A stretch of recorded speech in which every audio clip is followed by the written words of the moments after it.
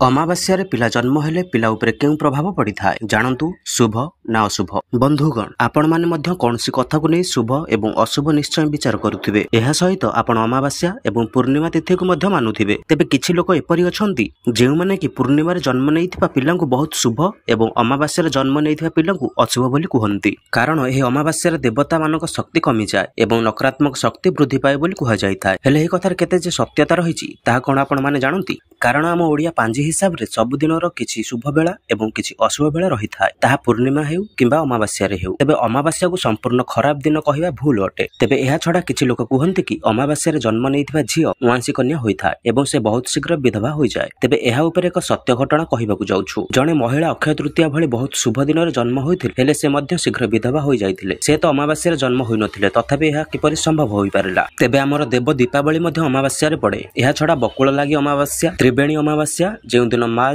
बिरजा जन्म होइछंती, मधु अमावास्या जेउ दिन बासंती दुर्गा पूजा आरंभ होइथिला, रुक्मिणी अमावास्या जेउ दिन शनि को जन्म उत्सव मध्य पालन करा जाय, सावित्री अमावास्या, उभा अमावास्या, चितालागी अमावास्या, महालया अमावास्या, दीपावली अमावास्या आदि एही सब अमावास्या रे सब भल कार्य ही करा जाय एवं पूजा उत्सव मध्य करा जाय। तेणु अमावास्या को अशुभ एवं सेदिन जन्मित पिला मानक मध्य अशुभ कहिबार प्रथा को बंद करा जिबार आवश्यकता रहिछि एवं एभली अंधविश्वास दूरे रहिबा उचित। जय जगन्नाथ।